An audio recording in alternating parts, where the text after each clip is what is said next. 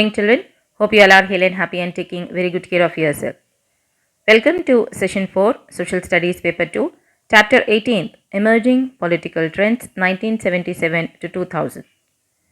Today we are going to learn Rise of Communalism and Corruption in High Places, the Era of Coalition Politics, the Left Front Government in West Bengal, and Operation Barga. Let's start. Rise of Communalism and Corruption in High Places. In 1985, the Supreme Court passed a judgment on a case filed by Shahbano, who had been divorced by her husband, ordering that she should be paid maintenance by her ex-husband. This Shahbano case was considered as the milestone in Indian history because it divided one community into two groups. One group, which was considered as a progressive Muslims, they welcomed this decision, and on another side, the Orthodox group.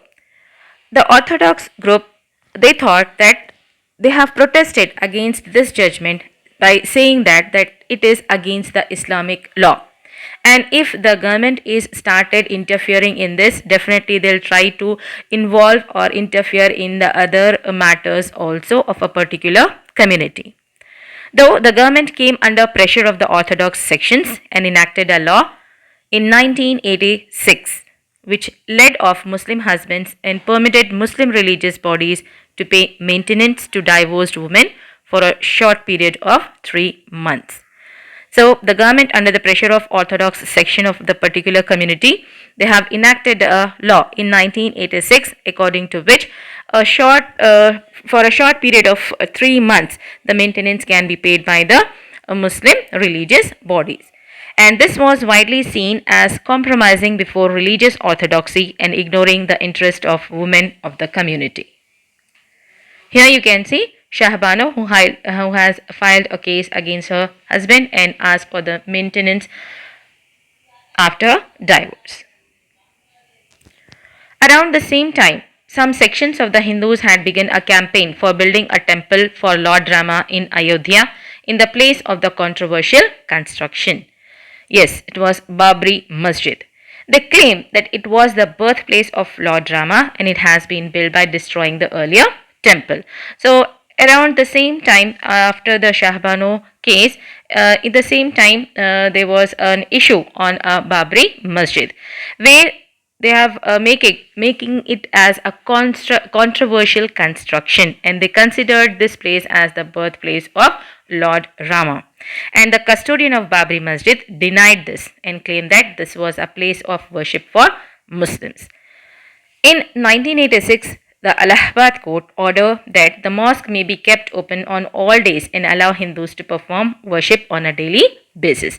So the High Court has to interfere, and according to the High Court decision in 1986, they have opened the mosque as well as at the same time they have given a permission to the Hindus to perform the worship on daily basis. This opening up of the temple helped those groups who wanted to convert the mosque into a temple to mobilize a large number of people. So many observers many observers have been realized that it appeared that the established political parties were losing popularity among the people. That's why they started involving the religious matter in their propaganda. And the large number of popular movements were emerging over a number of issues under non-political leaderships. In the same period of time, not only the political, even non-political issues also emerged.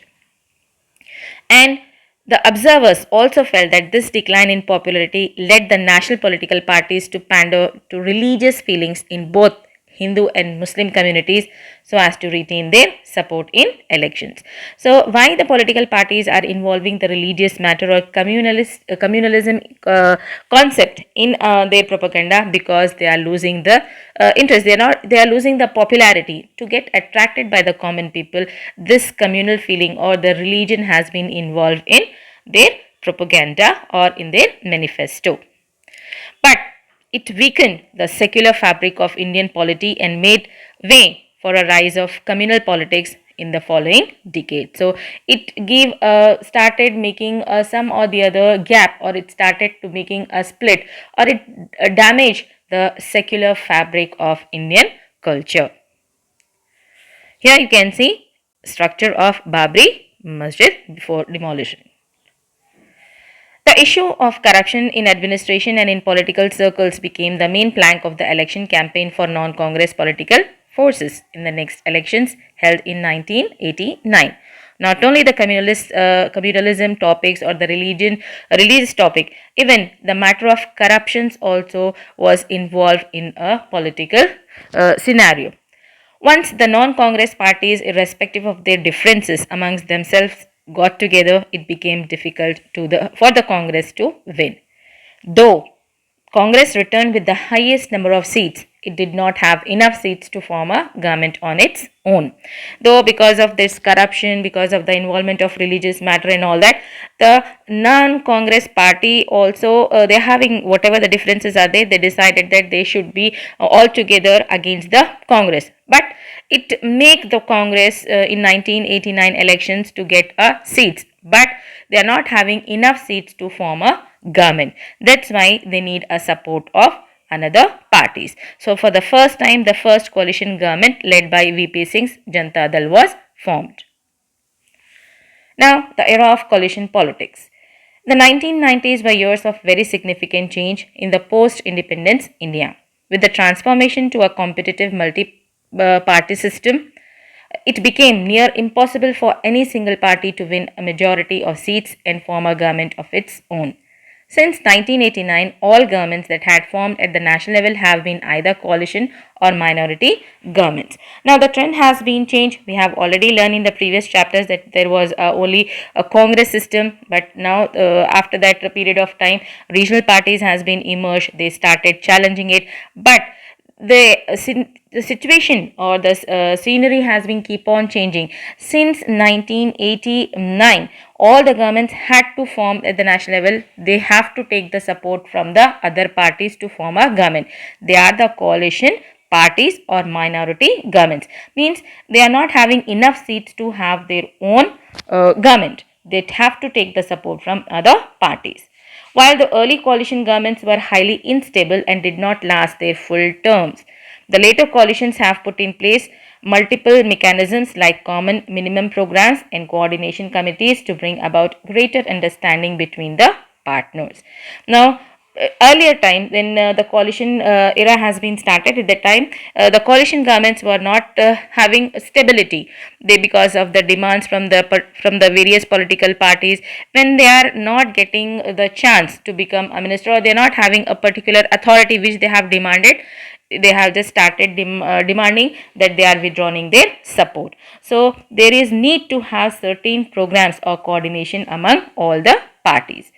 Later, coalitions like the BJP led National Democratic Alliance NDA, I'll repeat, National Democratic Alliance, and the Congress led United Progressive Alliance UPA, I'll repeat, United Progressive Alliance, have completed their terms.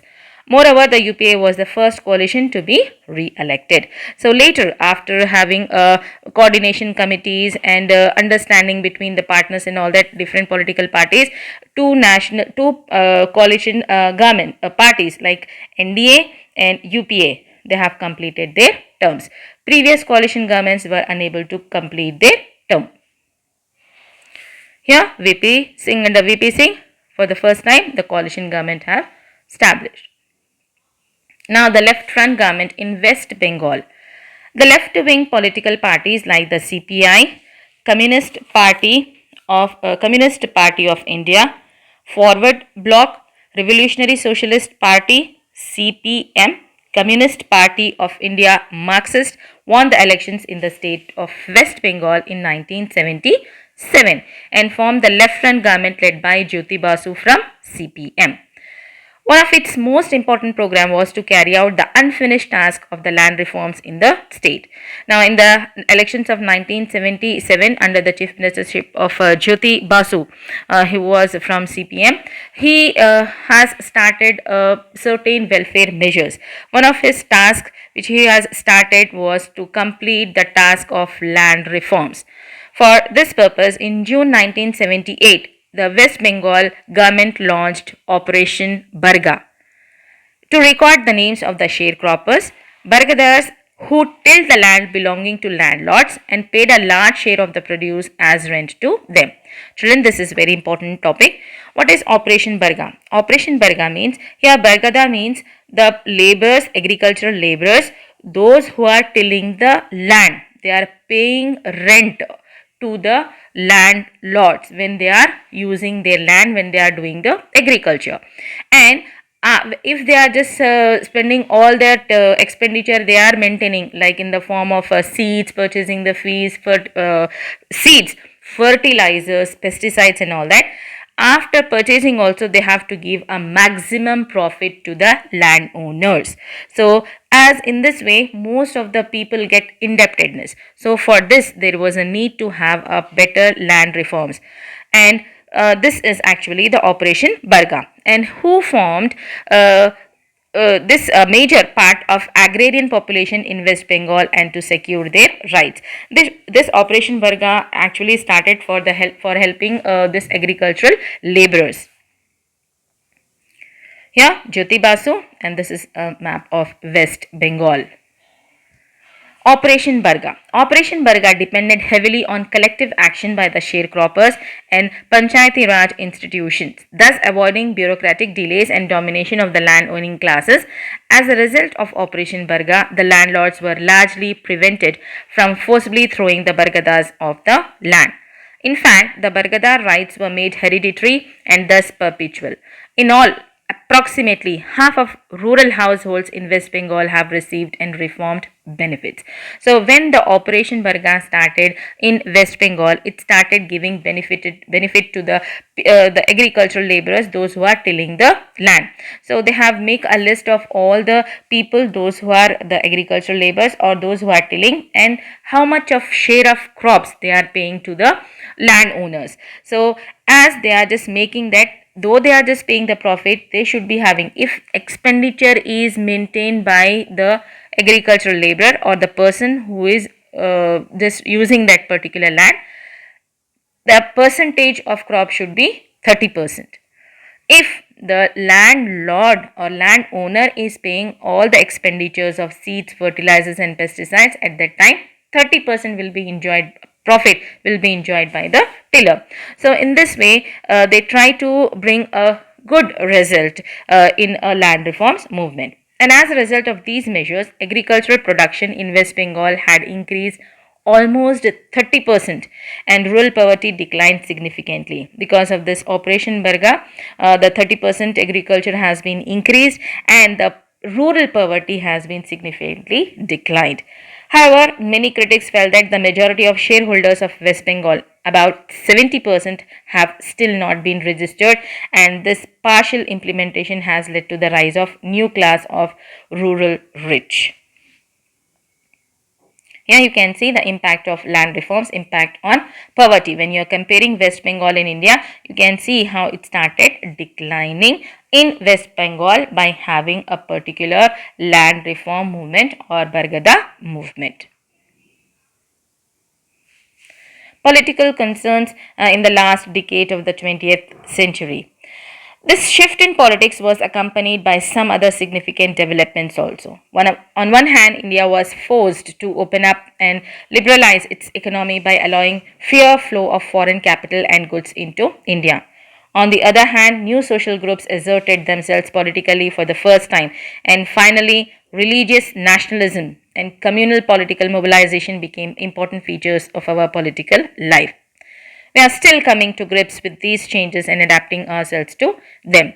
Now, the political change has been started. Now, we have discovered from 1977 to 2000. So, by this time, not only on one hand we have saw that most of the political parties involve the religious or the communalist feeling in their political system, where they making it as their priority.